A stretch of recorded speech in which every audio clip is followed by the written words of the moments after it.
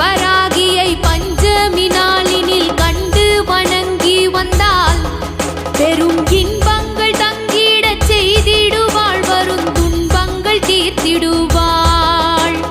சிங்கத்தின் மீதினில் வந்தருள் செய்திடும் சிந்துர வண்ணத்தினாள், அன்னை செங்கையில் சங்குடன் சக்கரம் கொண்டவள் விஷ்ணுவின் அம்சத்தினாள்.